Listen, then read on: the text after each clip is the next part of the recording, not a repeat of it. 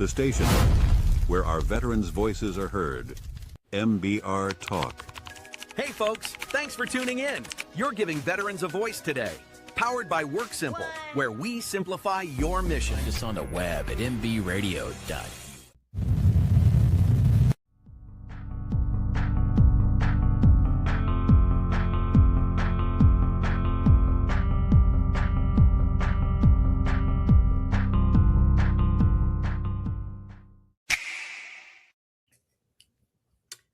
Welcome to Veterans Compass Podcast. Today, meeting with Jenny Pakanowski, the president and founder and director of Women, Veterans, Empowered and Thriving. I had the pleasure of meeting Jenny through Wounded Warriors at a virtual event called the Women's Empowerment Workshop, and really enjoyed it. It was one of my favorite events that I've had with Wounded Warriors so far. I really feel like women got to connect more than some of the other events. Even though we're supposed to be able to connect, there's not really a lot of time for us to chit chat back and forth. And your program really resonated with me. There was girls crying and people were sharing, and it felt so amazing. And I thought I just had to get you on this podcast. So welcome, Jenny. I am a U.S. Army veteran as well. I served in the military for 8 years. I was deployed to Afghanistan for 11 months. And so we definitely share some commonality in our service. Tell me a little bit about yourself. Well, I'm really excited you had that experience with Wounded Warrior Project and our empowerment workshop, because it's always what I imagined and intended was like a space for everyone to step up, step back. It wasn't just one woman or one person taking up all the space. And then there's always like permission to say no and an invitation to say yes. So, and yeah, and it happens. People can get really vulnerable when you like what we call secure the space. With the community agreements and the things that we go over. And it just really provides a beautiful opportunity to drop in, be present with each other, and look for similarities instead of differences.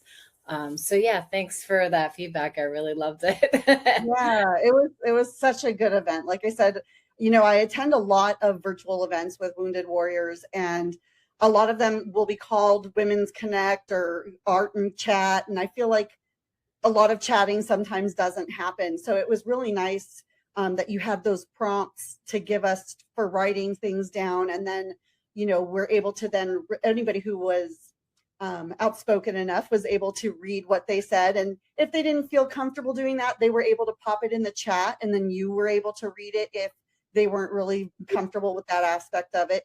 But I liked it. And I think I saw people opening up more and more. It's like as soon as one voice is heard, everybody is ready to share. So very glad to hear about your organization through them. Tell me a little bit about your military background.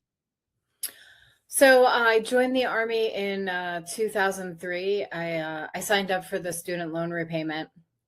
I had gone to college a little bit, and I really did want to be in the military. My father was in the Marine Corps. But when I tried to join the Marine Corps, he said, be smarter than me, go to college. But I just wasn't focused enough or passionate about it at all. And then I ended up not joining the Marine Corps. I ended up joining the Army because I wanted to be a nurse eventually. So they started me out at like a healthcare specialist.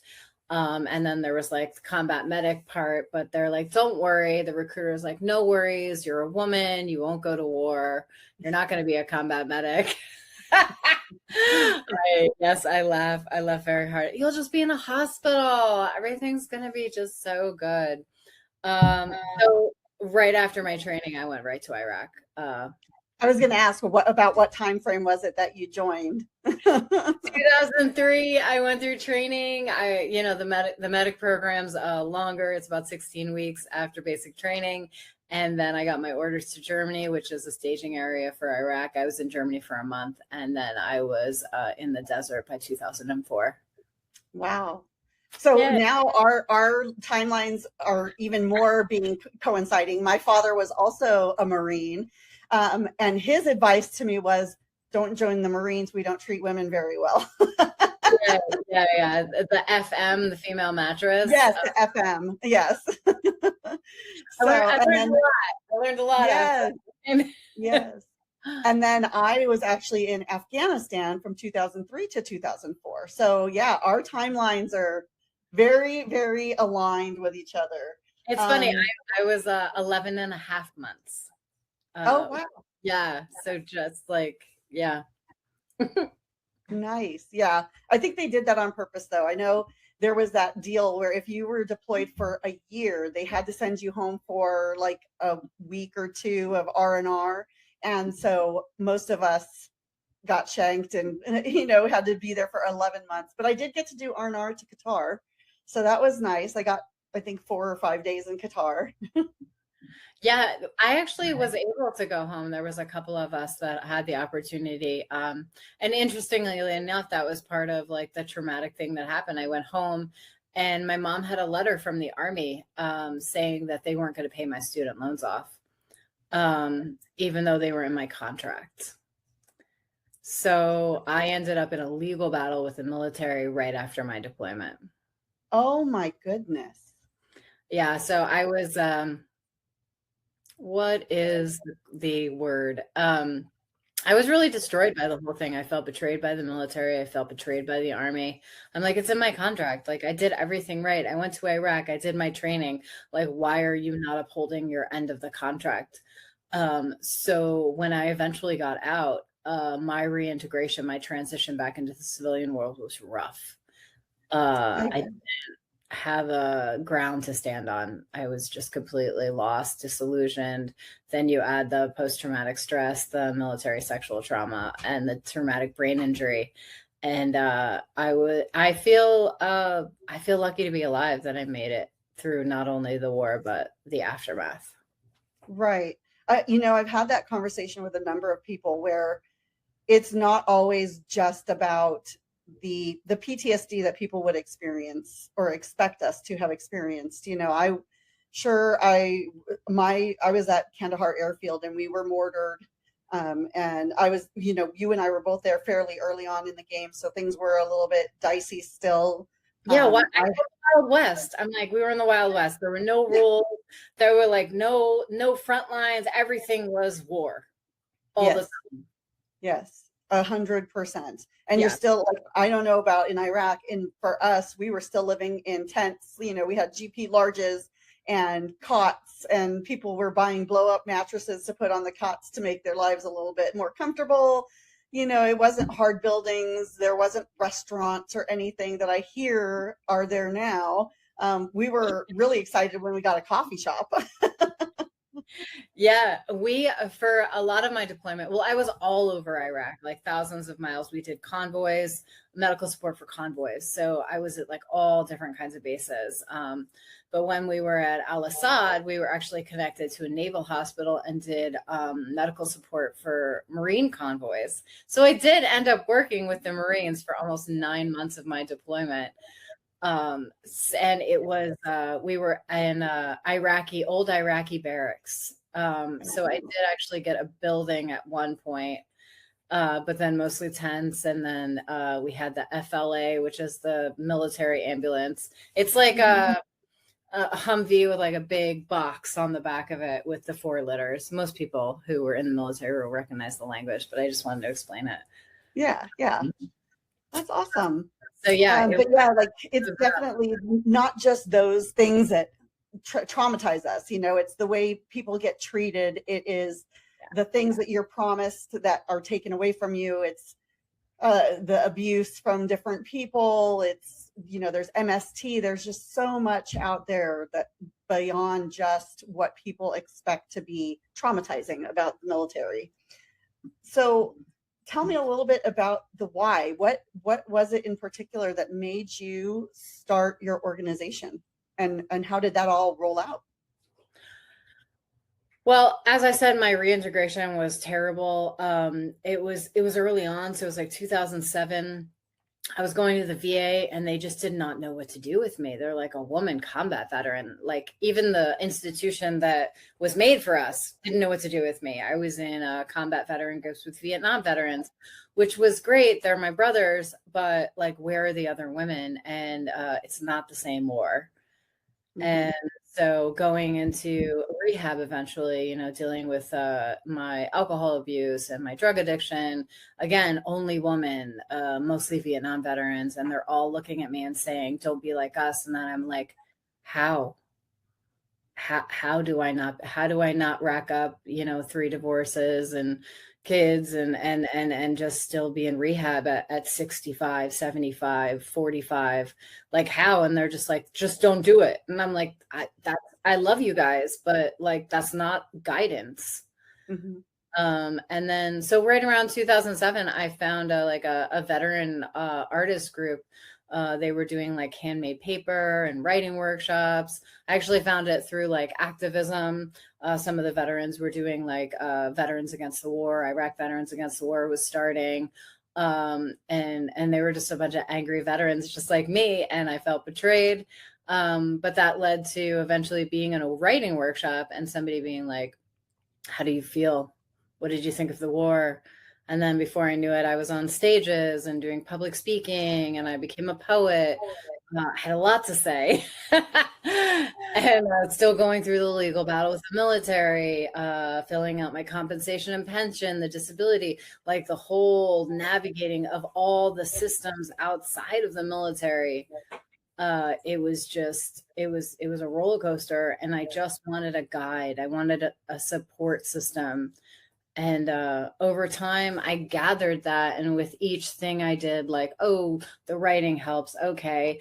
Telling my story helps, but there wasn't a container for it. So it was like, we'd all like spit our fire and do our poetry and our music. And then we'd drink all night, and then we'd get high, and we didn't know what to do with it. Once it was here, once it was at the surface or out there, like now it's out there. Now what do I do with it? So for at least 10 years, I was just like re-traumatizing myself over and over and over again. Like I wanted to get it out, but I just didn't know what I was doing. And so eventually I found a mentor. His name is Stefan Wolfert. He started this program called Decruit.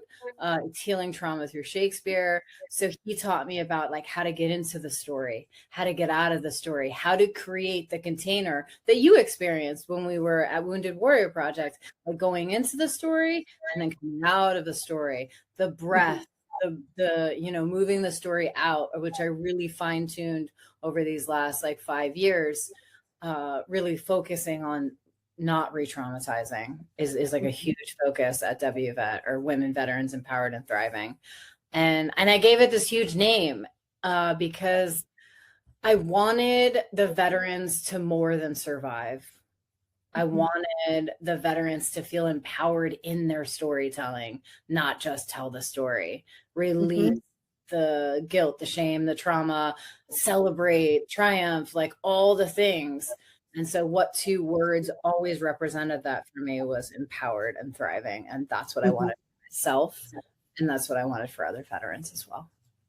That's awesome. That's pretty much the same reason why I'm starting this organization. And you and I had a great conversation, our first meeting outside of Wounded Warriors, where I told you, it's so important to me when I go to events. I'm always sharing different resources that I've found, and people out there will, I feel like sometimes we get stuck. It's easy to get stuck in why you need these resources. It's easy to get stuck in what happened in the past and not be able to move on from it.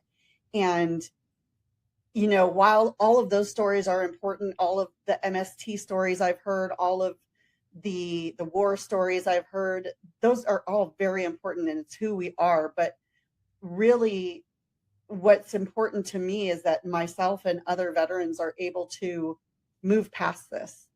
And it's not about, you're running a nonprofit too. All of it is not about making money for yourself. It's not about gaining notoriety or becoming well known in the industry. It's, how many people can I help? Is there anybody out there that I can make a difference for? Is there anybody else whose life I can make a little bit easier? Because I've already gone through this, and now you've created this framework. And I loved how we walked into it, and we were able to come up with things to say about that. But then when we left, we accepted what we had shared. We accepted things that we couldn't move past, or that we are working on moving past. And we were able to accept that there's something out there beyond what we're already going through. So it's just so important that I think people hear that there's another side to this, and that there is the other side of what your trauma that you've faced, that you've lived through, that you can thrive, that you can get out of the military and be a successful person and be a successful human. More importantly, that, at least to me, that's more important. I really wanted the veterans and participants, like we do family workshops as well, I have something to take home with them. I got really sick of like going to therapy and like feeling good in the moment or feeling good around other veterans, and then going back to my life and being like, well, now what do I do? So like the guide part was really important to me. Like, what can you take home? Like the breathing exercise, the community agreements and how to practice them, and how to retrain your brain to do something different besides mission first. How do you fill your container and then give? Because we were all called to service, right?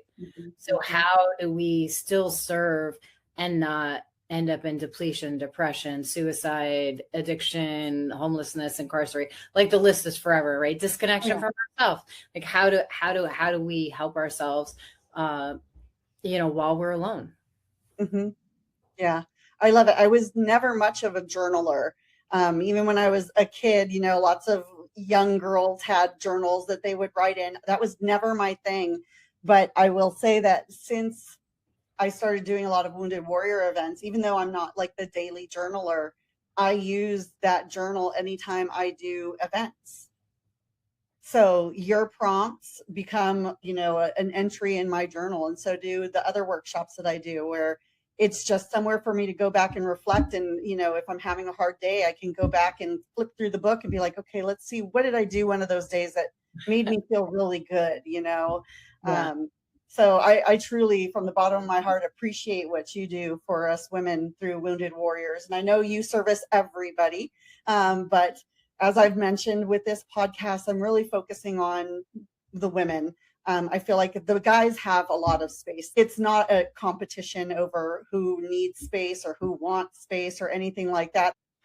There's going to be things out there that we as women want to talk about just as much as the guys are going to have things that they want to talk about that maybe they don't want us around for. I'm sure they don't want us to hear about erectile dysfunction just as much as we maybe don't want to talk about pregnancy and perimenopause and menopause and all these other different hormone issues. There's things that we all need our own spaces for, and it's not discounting any one person over the other. I feel like there needs to be more room for the ladies right now, where we can come on and we can chat and we can be together and say things that we're not worried about judgment from anybody. So a space for women. I love that you have these different groups. You have some that are for everybody. You have some that are for the women warriors. You have some for the LGBT community. You really do make it so that a person can find whatever place. If they don't care and they want to be in the open group, go for it. But if they feel like they need that space of their group, of their peers, then they can go and join one of the other groups. And I know you have a lot of events. You said that you have like 6 to 8 events monthly, and that's on top of what you do for Wounded Warriors. Yeah, absolutely. It was really important for me that everyone's story was valued, was highlighted, and then and also having your own exclusive space to identify as you identify, and then also feel secure there. And then as you open up or as you heal on your journey, you have the options to do the same workshop, but with different people. And then when the women or veterans or family members want to speak their stories, we have opportunities, paid opportunities, because stories are valuable. And so people are compensated for their time. So it's like $200 to speak at an open mic, $300 to facilitate a workshop if you go through the facilitator training, like really valuing the stories that are being told. Because in the beginning of my career, I was exploited. I worked facilitated workshops, spoke at hundreds of places, and did not get paid gas money or anything else. And I just didn't know. I didn't know that this was like a career or this was valuable. I was just doing it from that service aspect. So if people take nothing else from this podcast, like, your stories are not free. Like, there's expertise, there's experience, there's all these things, and make sure that you're compensated and you're taking care of you. Oh, definitely. Yeah. People have asked me a lot about the future of my podcast, and I keep saying, I don't know. I'm going to see where the wind blows me. But I think, you know, in the grand terms of things, if this did become any kind of a money-making machine, it would become a nonprofit. I'd rather, you know, reimburse myself for the things that I have to, you know, equipment and subscription fees and stuff like that, or if I have to drive and go to places. But if I were to ever have a good portion of money come back, I would be putting it right back out into that community, because that's the whole point of this, is that, you know, whether it's maybe a service member wants to attend a retreat, but that retreat you have to buy the plane ticket for, you know, maybe I would be able to do that in the future. So it is true, you know, as people who served in the military, we already must have had some kind of a service-based mind to begin with. There's 1% of the country is in the military, and if you think about that, I still am looking for all of the demographics of, like, the percentage of women who serve is probably 1% of the 1%, and then how many have gone to combat, and what percentage is that? Like, we are such a small group of people, and we don't feel like we are, because we meet so many people who are, but we're going to gravitate towards each other because we all do have that same mentality. We all have some of the same interests. We all have some of the same desires and values. So definitely being a person who is service oriented, I think that's another reason why you and I ended up leaning towards things like this when we got out. You know, and even before I did this, I was in human resources, which is basically the service person for an organization and its employees. You know, my whole life is about service. And I definitely think that we are going to keep staying on that course, and that's where we belong. And whether we realize that that was one of our values or not, we're here, and that's what we want to do. We want to help others. Yeah. I mean, the biggest thing that stood out to me is I was doing the public speaking, I was doing the poetry, facilitating the writing workshops. And then right around 2011, I moved to Ithaca, New York, working for another nonprofit. And it was like 18 a day veterans were killing themselves and or completing suicide, whatever language is your preference. And that really struck me. And I was like, veterans are dying. Veterans are dying. My veterans are dying. Like, our veterans are dying. And I wanted to know why. And I wanted to know what I could do about it. And that really drove me after that to find the path that I'm on now. And I believe the number keeps climbing, but I think it's stabilized for a while now, because now it's always the 22 a day. 22 a day. Veterans will probably attempt to commit suicide or will complete the act of. I know I've been there myself, and I've been in a facility probably 4 or 5 times now in my life. And it's thanks to organizations like yours. It's thanks to Wounded Warriors. It's thanks to my friends and family that I'm able to climb out of that darkness every time that I end up back there. But, and I think, you know, one of the big things is that people don't realize that happy people are not always happy all the time. And, you know, you look even outside of the military, you look at like Robin Williams. How can somebody who's so funny and seems so happy and brings so much joy to the world, how could somebody like that commit suicide? And I'll get that all the time. People are always like, you know, the whole, you don't look disabled, you don't seem disabled, or, you know, you don't seem depressed. And I'm like, well, I'm sorry, do you want me to walk around and look like I look on my worst day every day of the week? Because I don't. Yeah. It's that appearances. It's the judgments. It's sometimes it's the masks we wear. That constant reminder of like lifting these stigmas, and like it's just really important. And I've really started to focus on like not breaking down, but like breaking open. And being broken isn't necessarily a problem, because then the light shines through, and then I get to rebuild myself, remold myself. So even looking at things as those rock bottom moments are those moments to rebuild, but they're necessary, and they happen to, I believe, everyone. But it's just not always talked about by everyone. Right.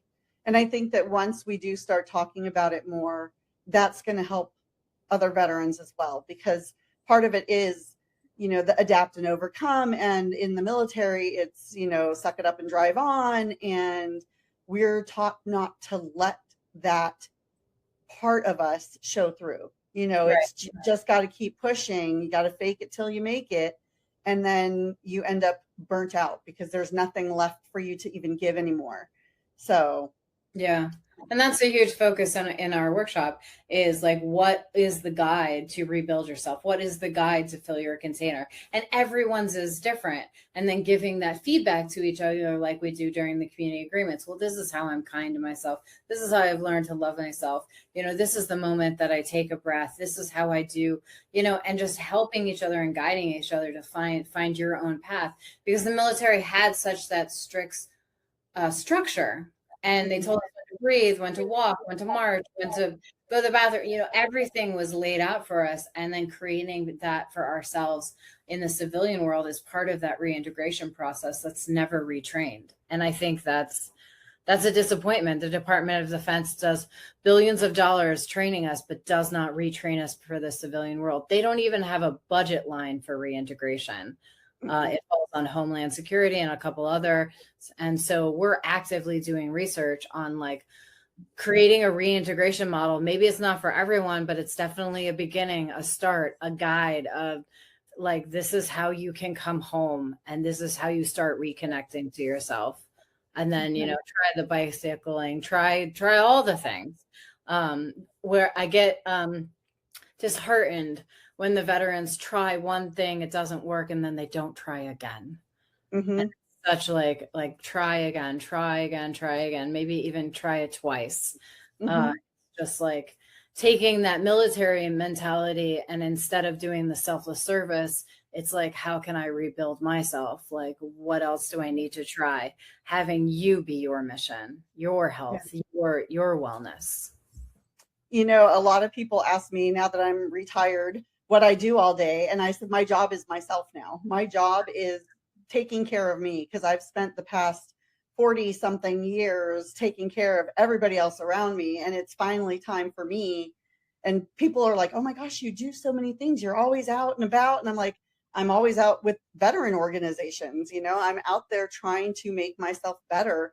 And I feel like it's easier for me to get that way when I'm around other veterans, because I know that they've experienced a lot of, maybe not, the stories might not be mirror images, but we all have that same training. We all have the same mindset. We all kind of go down the same paths when our minds wander. So it just makes it a lot easier for that to happen when you have a bunch of other veterans around you.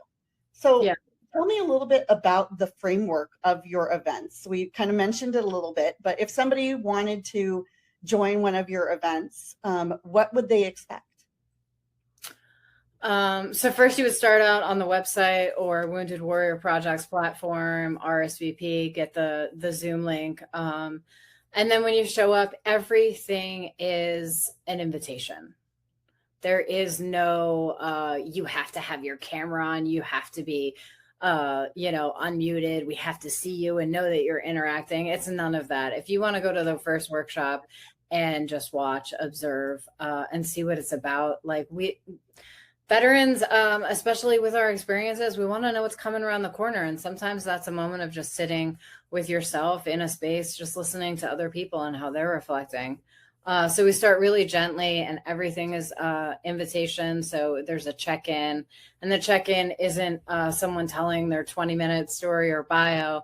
It's just your name, how you authentically feel, which can be a hard question to answer if you're not used to checking in with yourself, something you want us to know about you, and then your Zoom location. And the something you want us to know about you, I didn't want to put veterans in a box of like, say your branch, say the years you served, do like that usual thing. I wanted veterans, especially with complicated relationships with their service, especially like I had when I came home. I got really sick of being like, I was in the Army. I'll be like, I got a divorce from the Army because they betrayed me. And I don't want to identify with my abuser. Like, I have a very particular way. And I wanted people to have the option. If they wanted to lead forward and be like, I am a proud veteran and I was in the Marine Corps, whatever, like meet everyone where they're at, but not force them into the box of you have to say these particular things. So right off the bat, it's a lot of invitation to say yes. An absolute no is a complete sentence. And practice the no. Practice the no in our workshop. Come in the workshop and say no to me. I will applaud you. Well done. Remember that. Yes, I do. There was a woman that came into the workshop and camera off, muted the whole time. At the end, she did a reinforcement and said how grateful she was, and she's going to make an effort to take care of herself or do some kind of self-care. So listening the whole time.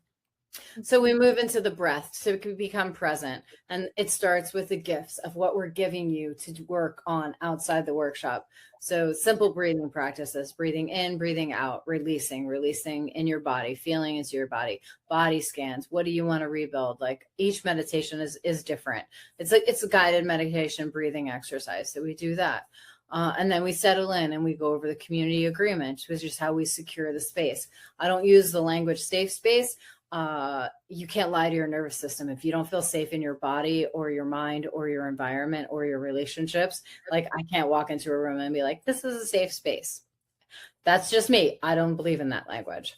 So I say we secure the space. We agree on how to treat each other. There are 13 community agreements. We review them, how to practice them. How do you be kind to yourself? How do you show self-compassion? What do these words even mean? Like kindness, that word is thrown around all the time. It's actually a behavior showing acts of consideration, concern, generosity. So what does kindness mean to you? So again, having that option for interacting without one or two people, monopolizing the time. And then if no one wants to speak, the facilitator's there to guide the process. And we call ourselves facilitators because we're in it with you. I'm not your mentor. I'm not your teacher. I am another veteran in it with you. And we created this guide to help me. And then I'm sharing it with you. I do love that. I love that you guys create the parameters.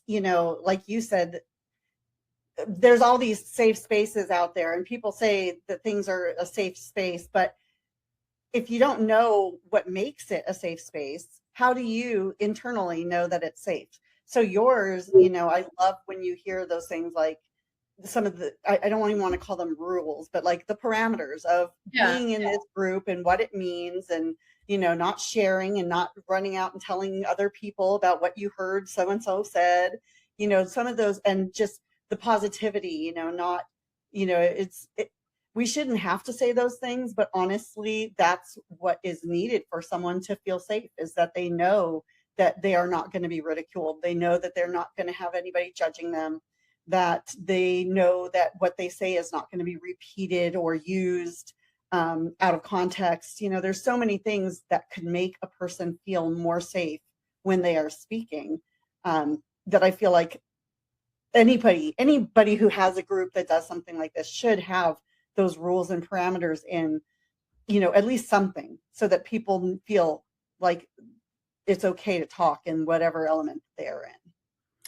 Yeah. And it's like, we agree. That's why we call them agreements, community agreements. We agree on how to treat each other. Mm-hmm. And if you don't put it out there, then it leaves opportunities to, I don't want to say behave badly, but just like maybe have a trauma reaction. But if you know what the guidelines are, it's easier for us to guide you back. Like, oh, that was unkind, or that was a judgment, if we could bring it back. And then it helps us learn together and practice together, and then take them out into the world after the workshop. But when you have the agreements to work with, and they build off each other, not apologizing for taking space. Women are absolutely socialized to apologize for speaking, for existing, for speaking, Everything. all the thing, everything. So what happens when you stop apologizing? I'm sorry, and I'm sorry, but even for the cardinal rule of not being late in the military, you have to be 10 minutes early to be on time. Like, no, how about you just come into a space and say, thank you for understanding that I'm late. Done. Keeping your power. And if someone has a reaction to that, the other community agreement is try not to take things personally. It ain't about you. You don't know what's going on in that person's life. So just giving those guides, and also like, how did we learn things in basic training? Repetition. So that's why every workshop is the same. We do the community agreements every time to create the science, the neural pathways. It's not just to feel good. It's literally to retrain our brain to do something different, because the military didn't retrain us. Yeah. And we need these things. We need these guides.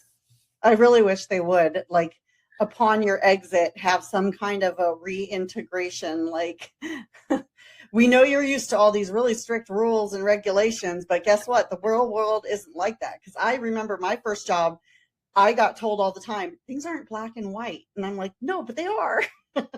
Yeah. Like, debilitating.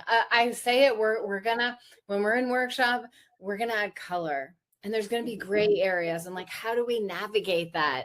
And how do we navigate people that are not from the same culture that we're from? Because military is a culture, civilian is a culture. So it's culture shock, so how do we navigate these differences by finding similarities is what I found. Yeah.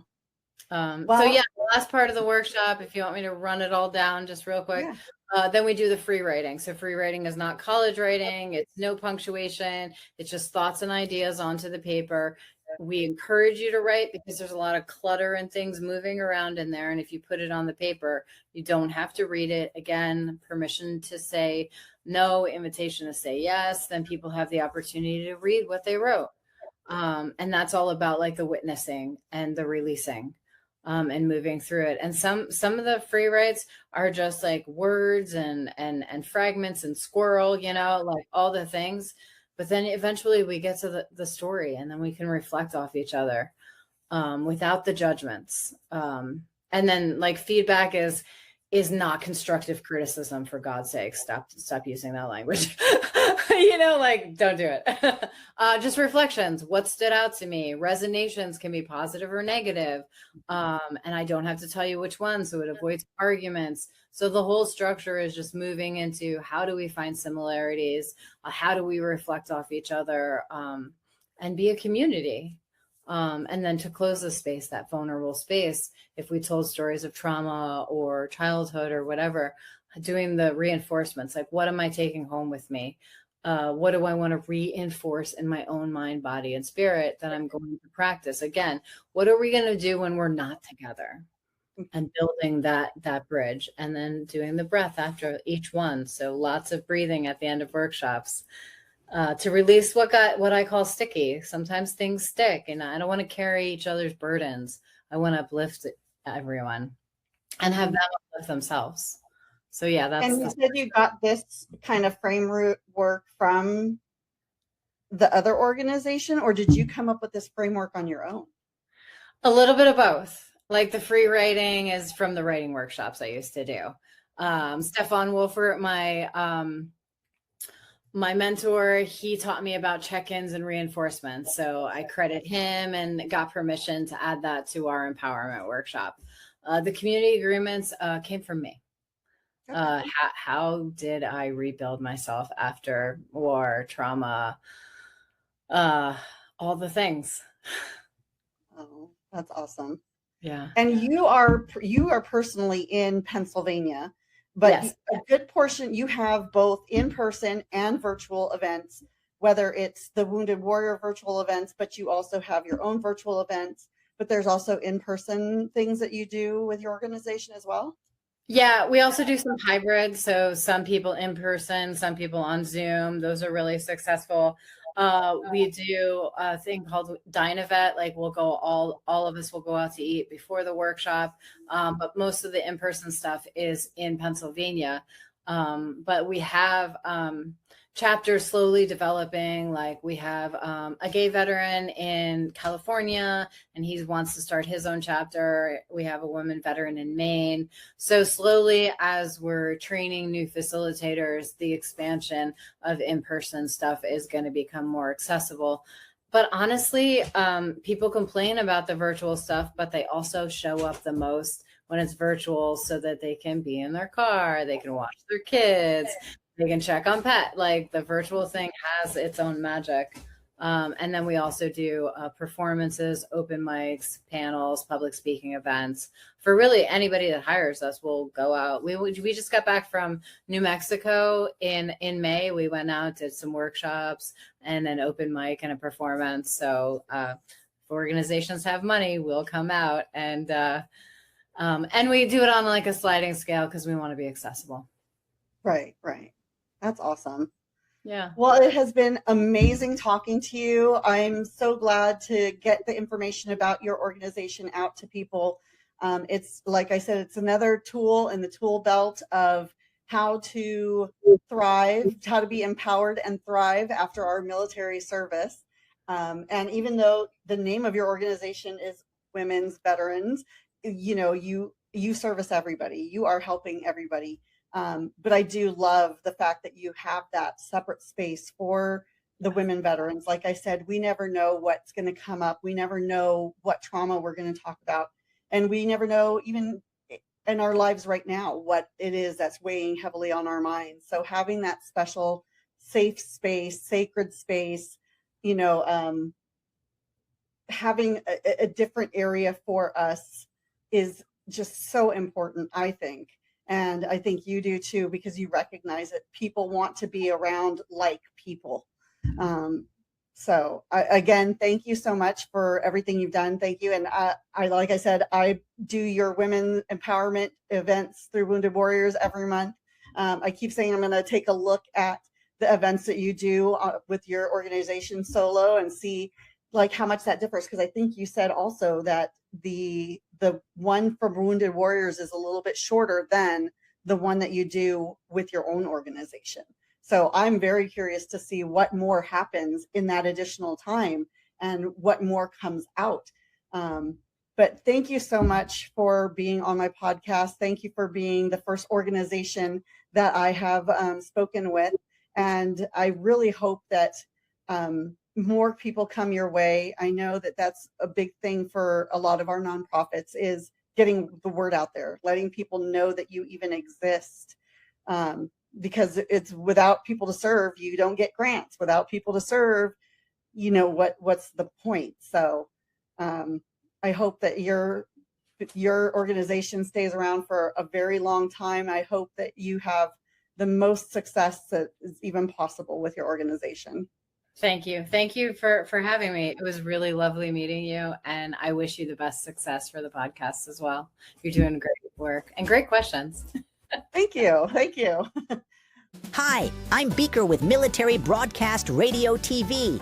We're your virtual MWR, bringing veterans radio, podcasts, gaming, animation, 3D printing, and a community that never leaves you behind. Download our Roku or mobile app today. Wisdom to share if you listen this week, so pull up a chair and stay for a spell. We're heading down a trail where good stories dwell. It started